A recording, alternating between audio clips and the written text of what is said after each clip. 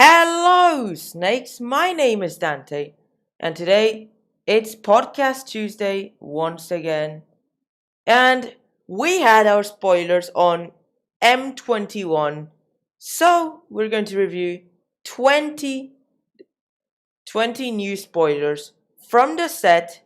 They're not ranked in power level, but so this is the 20 new spoilers. And what they can do. Are they good? Are they bad? And what else? So let's just get on into our number 20.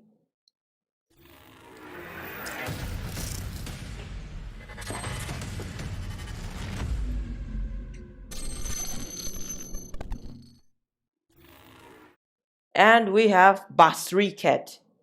Basriket is a 3 mana, 3 loyalty legendary planeswalker. Basri, which is a +1, put +1 counter up to 1 target creature. It gains indestructible on turn of turn. Wow, this is quite good when you have vigilance stuff, because you can just make them grow and they can gain indestructible, and yeah, they will just eventually it will overrun the opponent. And then there's -2 whenever one or more non-token creatures attack this turn. Create that many 1/1 soldiers that are tapped and attacking. So yeah, literally it's quite effective when it comes to getting a lot of creatures to attack the opponent. So yeah, it can actually be quite effective, similarly to it's like it's just you just literally like creatures attack, and then the thing is that there's more, but doesn't count tokens though, so tokens do not make more tokens. -6, you get an emblem with at the beginning of combat on your turn. Create a 1/1 soldier, then put +1 counter on each creature you control. Therefore you'll have a stable engine of tokens, which will then continuously grow your other stuff, hoping to overrun the opponent eventually by having so many tokens. And yeah, it is very effective. Let's just get into our number 19.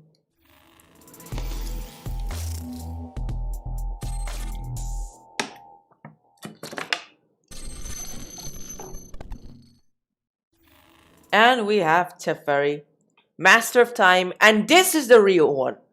The Teferi Master of Time you may have seen before might be false, but this is the real thing.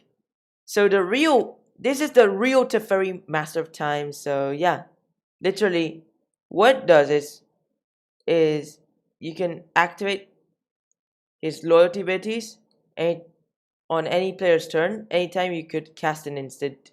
So yeah, literally this means his activated abilities are instant speed. You can also use them like literally he can grow much quicker than the normal planeswalker. If there's more opponents or more players, then yeah, he'll grow much quicker than expected, because +1, draw a card and discard a card. So you just loot at the +1. Free loyalty, yeah. -3. Target creature you don't control, phase out. So yeah, it's back. Phasing is back, in case you haven't noticed. So yeah, treated and anything attached to it as though they don't exist until its controller's next turn, which is quite cool. It's back. Yeah, it's a returning mechanic. Yeah, it was very old and now it's back. I can't believe it. And -10, take 2 extra turns after this one. So yeah, this will give you a way of speeding up fast. So if you see the Teferi that has flash, that's not the real thing. -5 take an extra turn is not the real thing. the minus 10 take 2 extra turns is the real thing. So yeah, remember that now. It's just really effective as a Planeswalker. Let's just go to our number 18. Yep.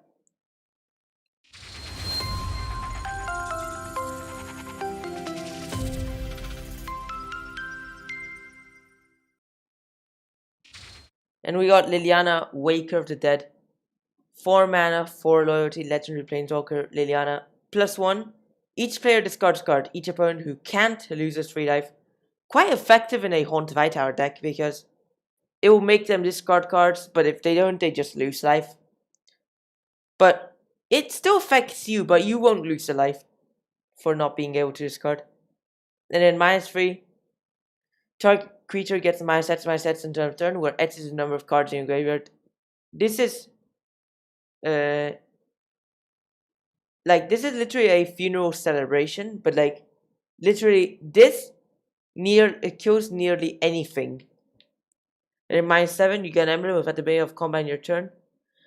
Put target creature from a graveyard into battlefield under your control, it gains haste. Does say even leave the battlefield. It's not until end of turn, so yeah, it just stays on forever. It's like a Godfarrow's Gift from anyone's graveyard, which keeps any power and toughness, which is just really great. Even if they die, they can continue returning. This is just so good.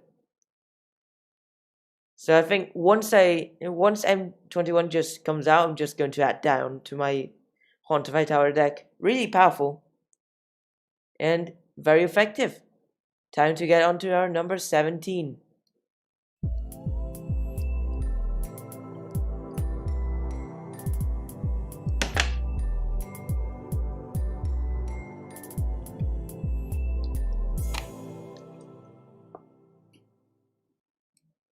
And we got Chandra, Heart of Fire. 5 mana, 5 loyalty, legendary Planeswalker Chandra.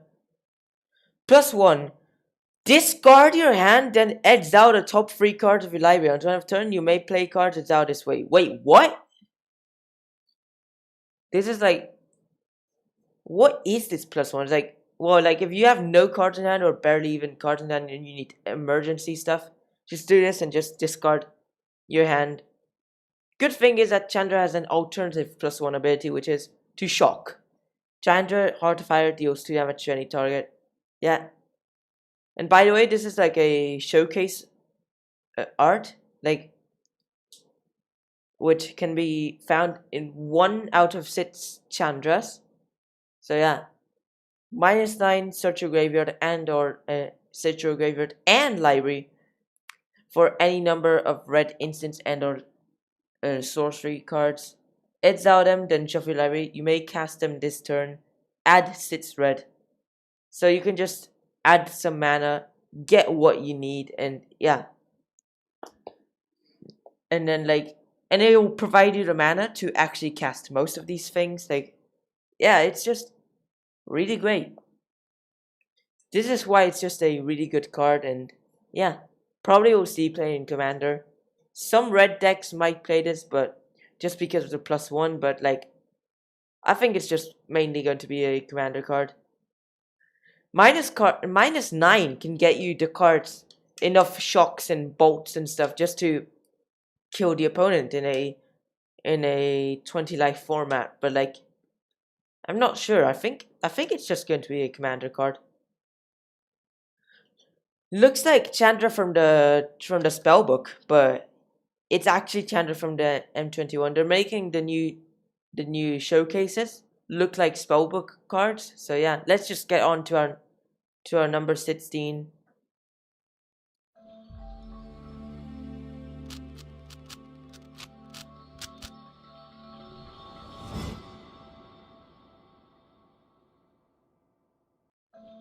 Who's the green Planeswalker in this set? Well, we don't know, but what we know is that Elder Gargaroth was spoiled in the Planeswalker sections because we did not see the green Planeswalker get spoiled yet.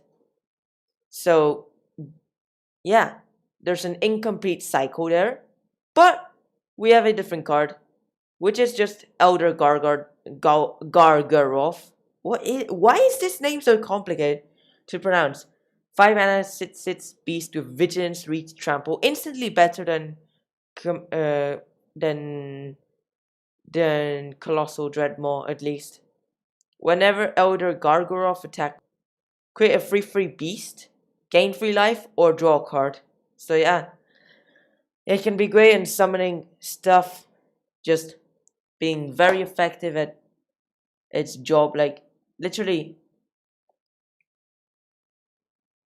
you can just summon many stuff with the Gargoroth. Like, if you use stuff like you use Concording Crossroads, and yeah, if you use Concording Crossroads, it will be great when taking extra combats, meaning that the beast can attack. Like, if you just somehow use that enchantment in which when the enchanted creature attacks, you sacrifice it, attach it onto another creature, then you just untap all your creatures and take an extra combat.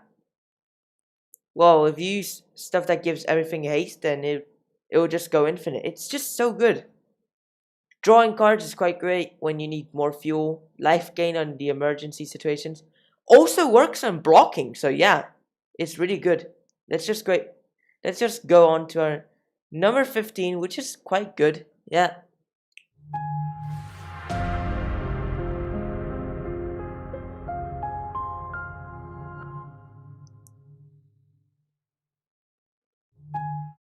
And we have Mangueira, the Diplomat, 4 mana, 2/4 legendary human cleric. With lifelink, whenever an opponent attacks with creatures, if 2 or more of those creatures are attacking you and or planeswalkers you control, draw a card. Whenever an opponent casts their second spell each turn, draw a card. It's so good, like, prevents many players from attacking you with multiple things.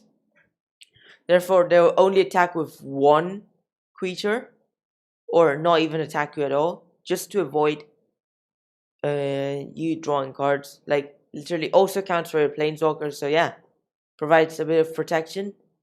And if there's only one creature attacking or no creatures attacking, Mangueira is quite good as a 2/4 of lifelink, so yeah, you can just block when needed. And also might prevent the opponent from casting second spells, from casting more than one spell each turn.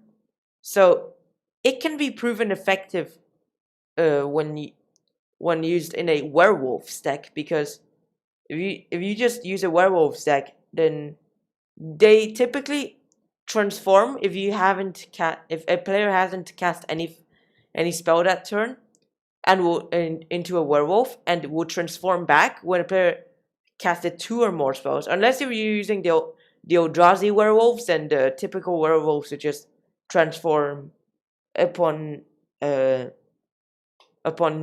spells being cast or 2 spells being cast, meaning that if the opponent will very likely cast only 1 spell each turn. If they cast multiple spells, well, you're drawing cards. Your werewolves are transforming back, but yeah, at least it's your responsibility if one of these things just transforms back, and it's not going to be the opponent's fault usually. So yeah, it's really great, especially in a werewolf deck or in a stats deck. So yeah, let's just go to our simple number 14.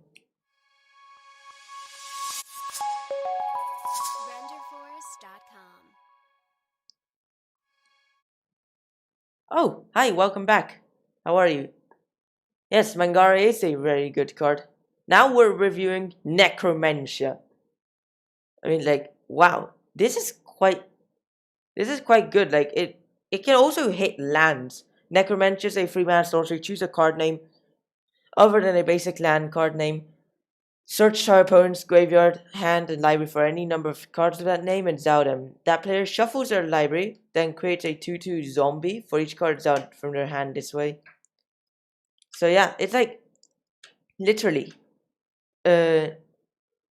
it's much better than stuff like what was it called? There's this. It's very effective. Like for example, if you're, it's better than Lost Legacy because like it's better for you if they create a 2/2 zombie than if they draw a card.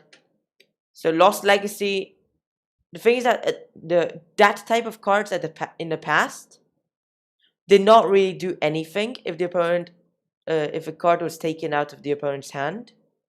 But now cards were like that player draws a card if card was removed from their hand this way, but like Necromancy instead it makes them create zombies instead. It's quite effective, like better than Lost Legacy since it can name artifacts and lands, not basics though.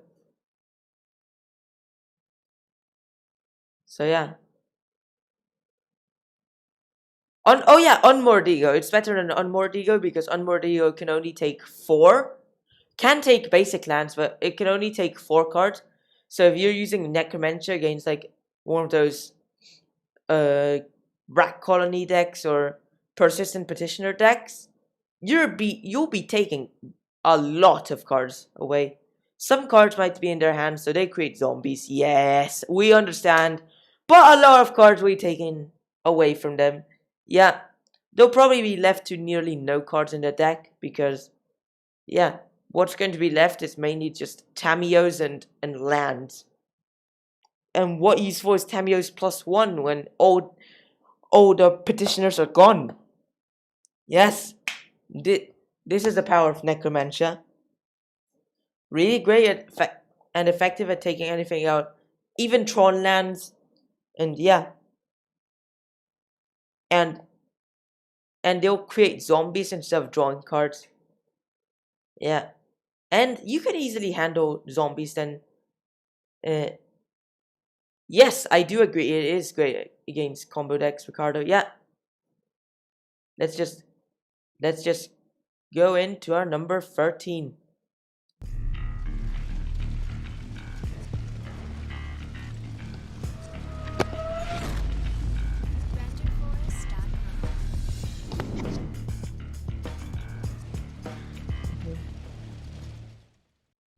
Coincidentally, the number 13 animation actually matched the card number 13 in this podcast, which is actually a red card with the Fire Showcase variant, which is quite cool. We got Chandra's Incinerator, the best thing you can use in a burn deck. It's going to be played in modern burn decks. Going to be very effective. It's a 6 mana, 6/6 elemental, but costs X less to cast, where X is the total amount of non-combat damage dealt to your opponent's this turn.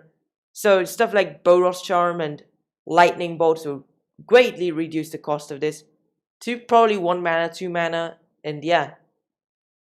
And it's a 6/6, so it's actually on average, even if you have dealt no damage this game, this turn I meant, but like.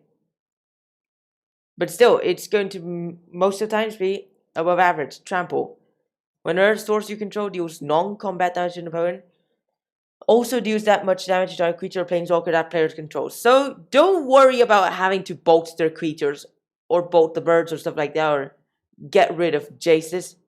You can still focus on hitting the opponents with those bolts and as a collateral damage, hit the planeswalker or hit the creature. Yes, very effective. It has been proven very effective. I mean, like, it's a new card, and I'm just going to put this in my burn deck once it comes out, and yeah, it is very, very good. Also, what's much better than that is this card has a really. This card's showcase variant has a really cool background. Yeah. It's still just really cool. And yeah, let's just go on to our number 12. There's something even better than Chandra's Incinerator. That's going to show up in this set.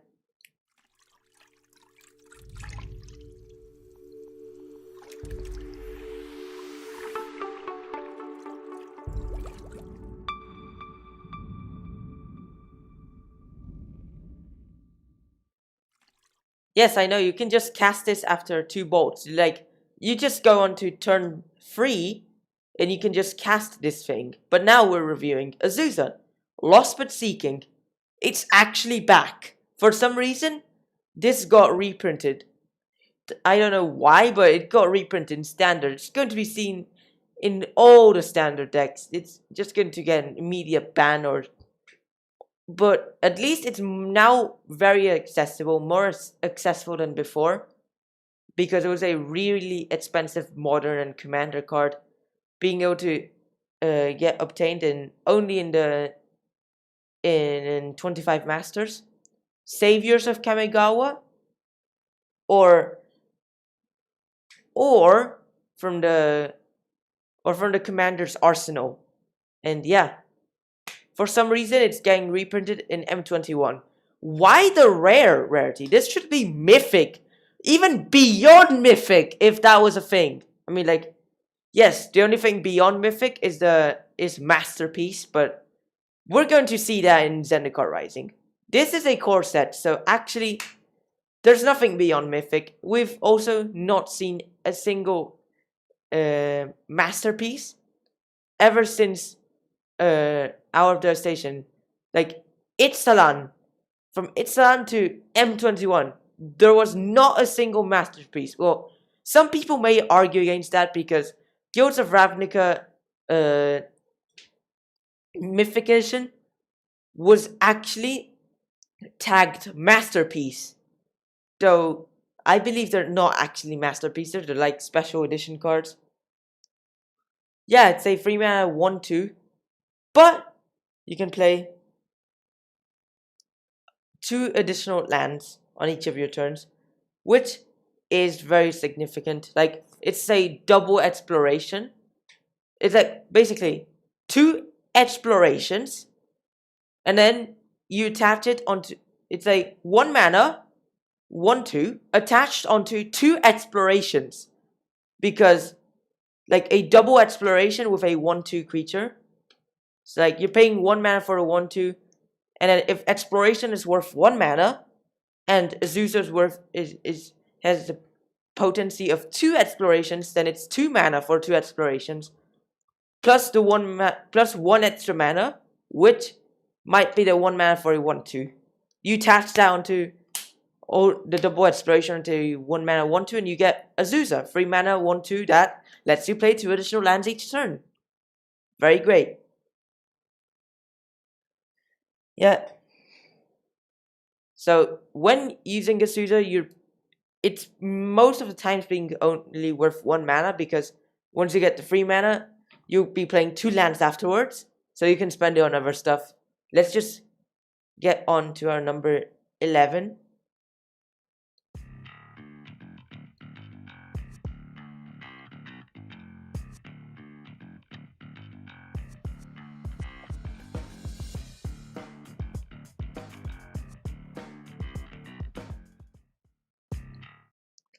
And we have the Baneslayer Angel. And yeah, it's a 5 mana 5/5 angel with flying, first strike, lifelink, protection from demons and from dragons. Why is this back? It's like somehow got reprinted. I mean, like, it's great for keywords and abilities. Like, I expect this card to be in the Kafril deck, but actually it was not in the Kafril deck, but it's getting reprinted in M21. It's like, on average, it's quite great. Like, not sure if there's many demons or dragons in the format, so why the protection? But like, flying, first strike, lifelink on a 5 mana 5/5 is quite great. And like, it's actually mythic for some reason. It's just some limited bomb, nothing else. I think it's just going to be limited bomb, sometimes seen in Commander Kafril decks, but like, not sure what else. Like, for some reason this is mythic. Wow, Azusa's rare. I do agree Azusa's very fragile to removal and bolts and stuff, but yeah, I do believe that the rarities on Baneslayer Angel and Azusa should be reversed. The thing is that Azusa was rare just because Kamigawa had no mythic rarity yet. If they had mythic rarity, then I believe a Azusa would be mythic at that time. I don't know. Still, you have a point. It is actually fragile in many formats. But Baneslayer Angel is actually back. First, just because it's quite great. And yeah, keywords, average. I know, yeah. The thing is that Baneslayer Angel was always mythic. I mean, the thing is that Azusa was always rare. But the thing is that when Azusa was like printed at rare rarity originally, that was because Kamigawa had no mythic rarity. If they had a mythic rarity, then I believe Azusa would be mythic. This was always mythic, but I mean, this was because at that time, a 5-mana 5/5 flying first strike lifelink protection from demons and for dragons was actually a good thing. Now, I'm not so sure about that. It's just like, I think we now have many better cards than Baneslayer, and yeah, probably could have been down leveled. Who knows? It's Wizard's opinion, so don't ask us. Just ask them. Let's just go to our number 10.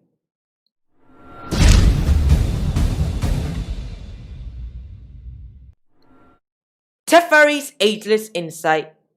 There we go. This is like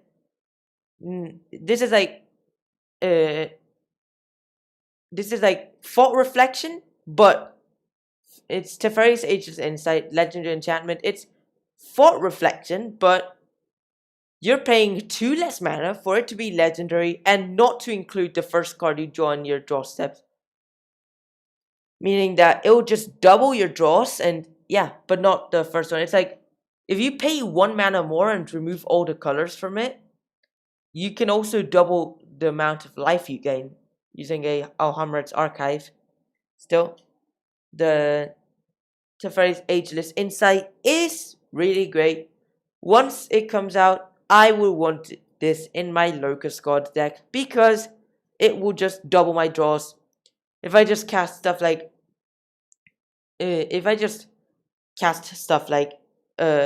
Fateful Showdown, I can double the amount of cards in my hand. Literally, it's just like, I have 10 cards in hand, deal 10 damage to opponent, discard 10 cards, draw 20 cards.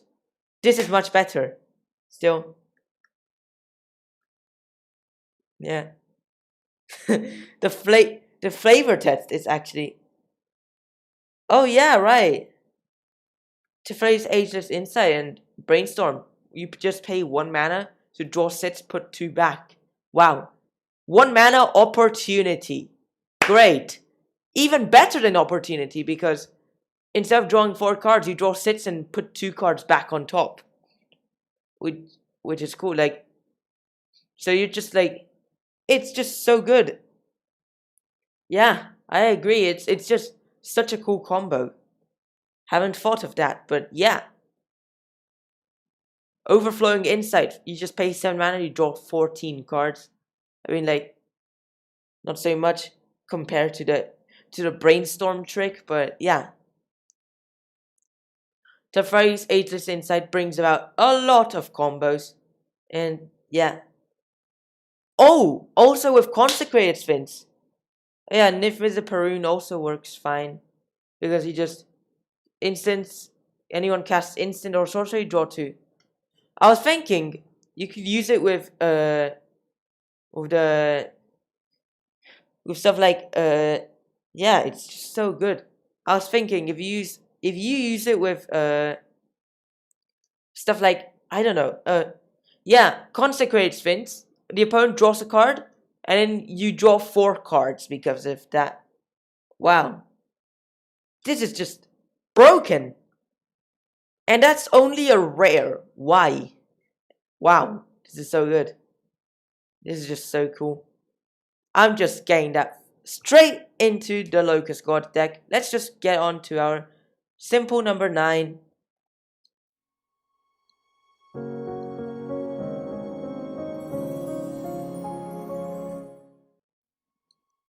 And we have Vito, Thorn of the Dusk Rose. 3 mana, 1 free legendary vampire cleric. Whenever you gain life, target opponent loses that much life. Wait, what? They did a cost reduction onto Sanguine Bond. Wow. 5 mana, creatures you control gain lifelink until end of turn. This is so much better than Sanguine Bond. I mean, it's put onto a creature, meaning it's easier to die, but costs 2 less, has 1 free, and gives the ability for your creatures to gain lifelink, which is great. Includes himself though. So this is just such a cool card. Yeah.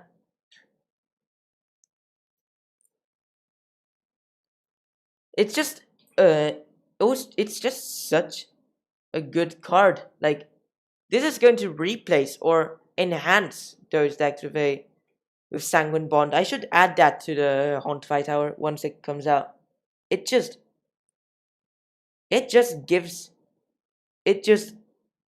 brings so much power. Having Veto, if you just infinite combo with Exquisite Blood, you can just win by turn 5 because as soon as you gain life or as soon as an opponent loses life, you win, like literally. Before you could do that around turn 6, but now you can do that on turn 5. Oh yeah, it's also 1 card combo, which is great. If only Veto dealt the damage. If it said whenever you gain life, Veto deals damage, then this would go infinite. This would just go absolute powerful. Like, literally, gain life, deal damage to the opponent, and then, like, since that's lifelink, it will gain life. But this is not how it works. It's loss of life. So they just had to balance it. If it dealt damage, then this would be 7 mana, not 3 mana. Or the ability would be 8 mana instead of being 5 mana.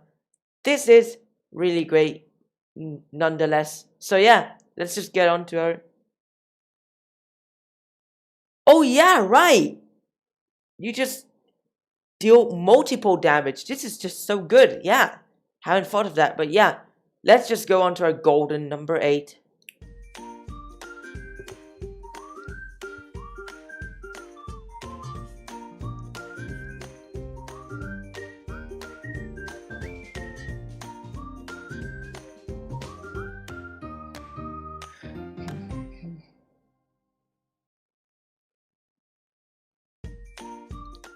And we have Gadrak, the Crown Scourge. What? It's a 3 mana 5/4 legendary dragon with flying. If you have 3 or less artifacts, he has Defender. Well, more accurately, it says he can't attack unless you have 4 more artifacts. If you instead create a treasure for each non-token creature that died this turn.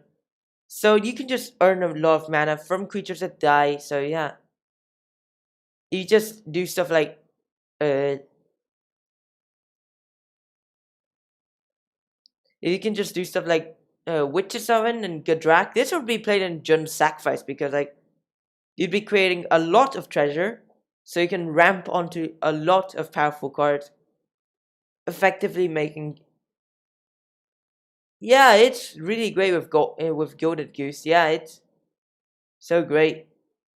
You could make treasures into. Oh wait, never mind, non-token. But yeah, it's just quite great. If you just somehow do stuff like use stuff like Phyrexian Scriptures, and you turn him into an artifact, so then you just destroy all non-artifact creatures. Then all the creatures just. Yeah, it's okay. You just destroy all the creatures except for Gadrak and all some random artifact creatures there. You get a lot of treasure, and you awaken Gadrak. There we go. But I think awakening Gadrak is not really relevant because he can still block, and like he's mainly just a treasure source instead. But if you awaken him, he can be quite good. He's 3 mana 5/4, so he's above average. Let's just get on to our simple number 7.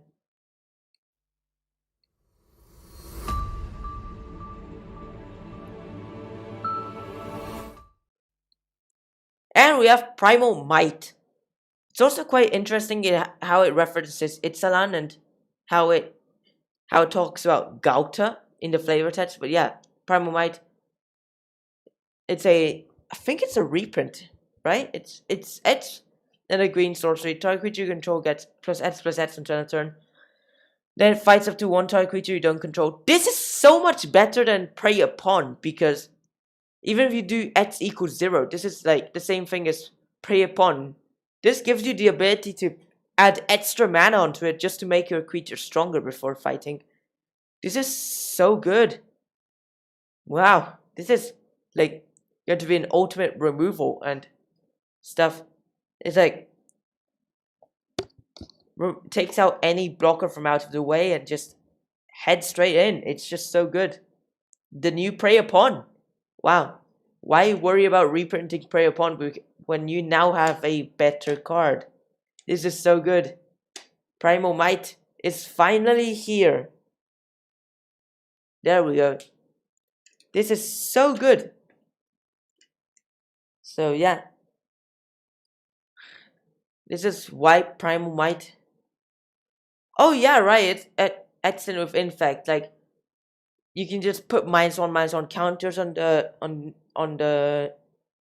other creature. You can make Infect creatures stronger, so you just take out the opponent quickly.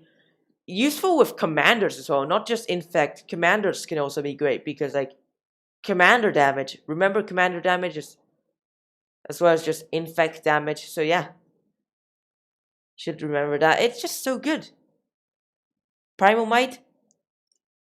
Let's just see how good are you in the standard world or the constructed world. Like, I mean, like, it's going to be a limited bomb, of course, but how effective will this be in the constructive world? I think it's going to be great in standard. Modern Infect decks could use it. I don't know. This is why it's so good. Primal Might is here to make some changes to the formats. Let's just go to our number 6.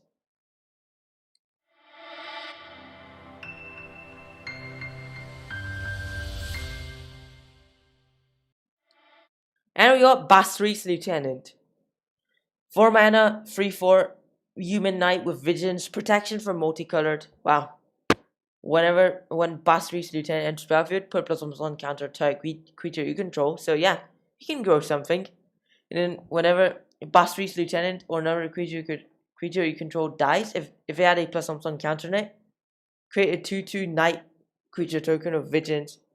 This is just really great on counter stacks, like stuff like hardened scales. I don't know. It's just going to be very effective. We'll see how good this will be in Commander or Pioneer. I don't know. The thing is that hardened scales decks were typically mono green or green black. So splashing white for Basri's Lieutenant, I'm not so sure if it's worth it, but yeah. Here we go. It's just really great. Though this could actually get better. It's only when it enters battlefield, not when it enters or attacks. So in this way, it could get better. It's not bad, I believe. It's just quite a average card, above average. I don't know. Let's just go to our number 5.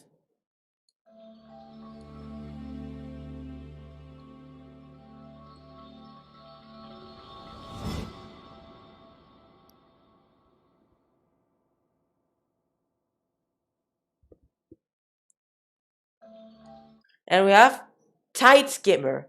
4 mana, 2/3 Drake with flying. Whenever you attack with 2 or more creatures with flying, draw a card. This is terrible. Like, I mean, like, this is much worse than Recognize Sound mission or stuff like Trident of Fassa.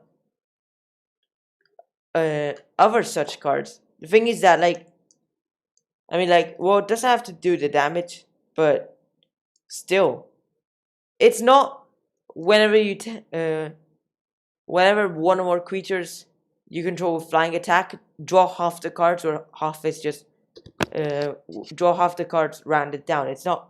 This is not how it works. Like, I mean, like, if it was draw a card for each 2 attacking creatures with flying, this would be great. But this is actually rubbish. This is This is not on the expectations. If this would have been worth it, then it's good in limited though. But in constructed, this is just rubbish. This is just absolute. It's just a card. Do you see? Why do I care? This is not even good in Locust God, and throw it off to some to the bin, and just wait for some newbie to just pick it up and think, "Wow, this is so good." But yeah, like if you get this in limited, you have a good start on your deck. This is quite great on supplying you with cards, but once you finish that sealed event, it's time for you to throw this into the bin. And yeah. And this is just limited card or beginner's magic, but not constructed play, not for competitive play, not for a commander deck. This is just beginner card or limited. Nothing else. Let's just go on to our number 4.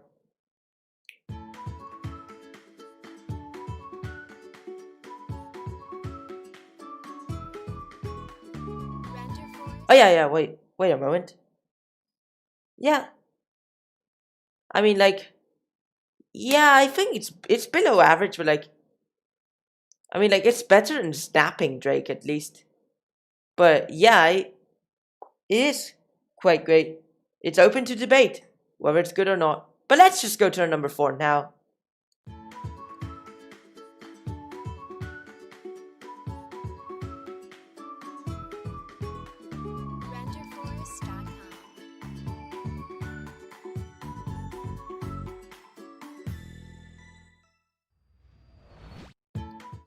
And we have Grim Tutor. It's back. It's a 3-mana sorcery. Search your library for a card. Put in your hand and shuffle your library. You lose 3 life. I mean, like, it's so good because, like, I mean, if it's probably like the second best tutor, or in the best tutors, like the best tutor being Demonic Tutor, but like Grim Tutor is a balanced tutor. It's 3 mana and stuff too, and you lose 3 life. It's like, it was originally uncommon, but now it's back as a mythic. So yeah, this is just so great. It's going to be seen in Modern and Standard now, and Pioneer. Now it's more obtainable for Commander players, and yeah, this is quite great. Like, getting it from Portal Free Kingdoms, like, it's going to be hard. But now it's here it's now back in M21, easier to obtain. Yeah. I just like it. It's just so good.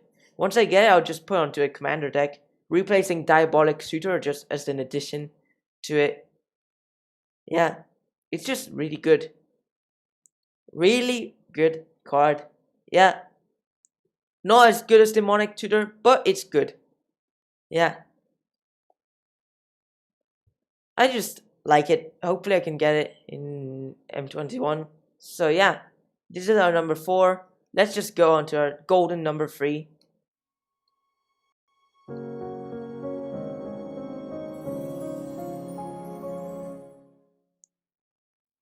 Yeah, remember to have your hand already. And we have Double Vision. 5 mana enchantment. Whenever you cast your first instant or sorcery spell each turn, copy it. You may choose new targets for it. So yeah. It's just literally it will just double anything you want. So like Double Vision plus Tavares Ageless Insight plus Brainstorm is equals to, wow, just draw 12, put 4 back, and you have 12 insects just for 1 mana. This is just, yeah, I do believe this is a Harry card. Like, literally, this just is essential in any combo deck, or just your casual commander deck if you're just going to do stuff. This is like a cheaper, like things that if you don't have a, like if you're casting them at a slower pace, if it like you just pay two less mana, like Swarm Intelligence, like it can just double cast everything for 7 mana. But like this, you pay two mana less just for it to only affect the first one and not anyone's. It's still good. It's red instead of being blue, so yeah. Wizards must know what they're doing. This is so great. Yeah. Just fork the first thing you cast each turn. Yeah. This is just so great. Yeah. Or revertebrate the first thing you cast. It's so good. Yeah. This is why I'd want this on my Locust God deck and not Swarm Intelligence. Yeah. Swarm Intelligence isn't that bad, but yeah. There we go. Double vision all the way. Time for number 2.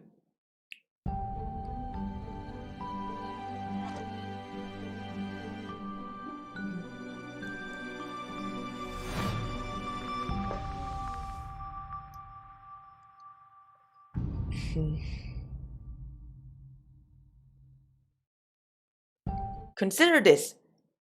Fungal Rebirth is a 3 mana instant, or it's a 3 mana nature spiral, but has a morbid effect in which if a creature died, this turn you create 2 1/1 saplings, so it can create tokens if necessary. Like, I mean, like probably nature spiral will be better because it's why would you pay 1 mana extra just for a conditional 2 1/1 saplings? Because this only happens due to morbid if you create the saplings. But like, if not, then this is like only a 3 mana nature spiral. It's just 1 mana more than the actual card. It's just, I don't know. It's same mana cost as Eternal Witness. It's probably better Eternal Witness. Like, instead of conditionally get 2 1/1 saplings, instead you have to adjust your colors. Instead of being 2 and 1 green, it's 1 and double green. Always get a 2/1 instead of 2 1/1s. Sorcery speed, and get to bring back anything. Like, it will only cost sorcery speed and extra color, just and 1 less toughness, just to bring back anything and make it unconditional, meaning that always happens. Still, it's quite great. Like, if something died or if they killed your only blocker. So say this, if they killed your only blocker and you're going to die without the blocker, but the blocker is going to save you and you're going to die, they'll attack you. Fungal Rebirth, bring back the blocker to your hand. You get saplings, block 1 sapling. There, you're safe, and you have another sapling for the next attack that would come in. And you have the blocker back in your hand, so double win. Really great. But it's proven ineffective against exile removal or bounce removal instead of destroy, instead of kill spells. Let's just get on to our final card, number 1.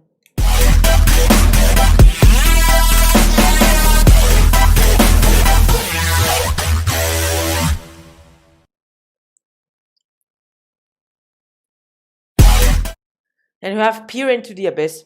It's a 7 mana sorcery. Target player draws half their library and loses half their life. Round up each time. But you don't lose life equal to the number of cards. You don't lose the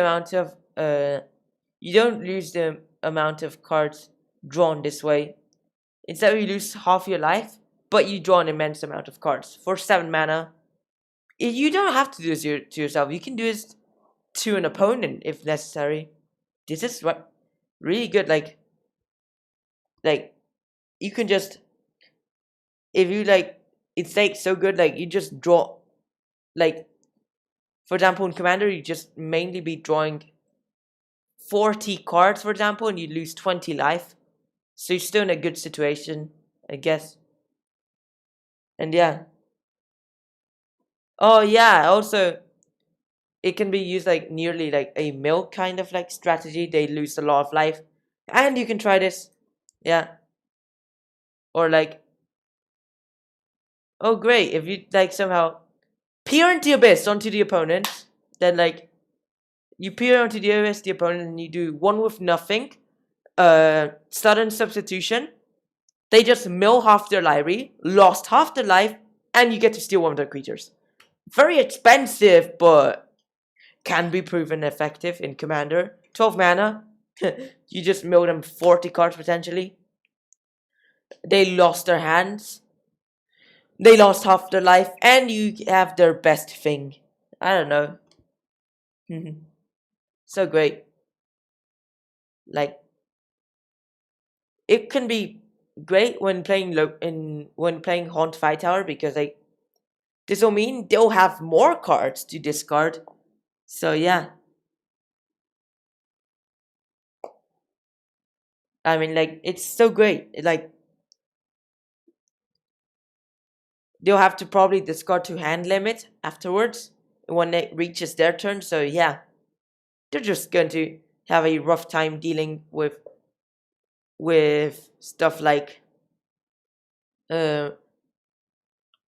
McGrim, Waste Not, Haunt of Hightower. Yeah, there we go. It's so good. Congratulations. You've reached the end of the podcast, so why don't you like and subscribe, follow my Twitch channel, and thanks for watching. I hope you enjoyed it. Bye!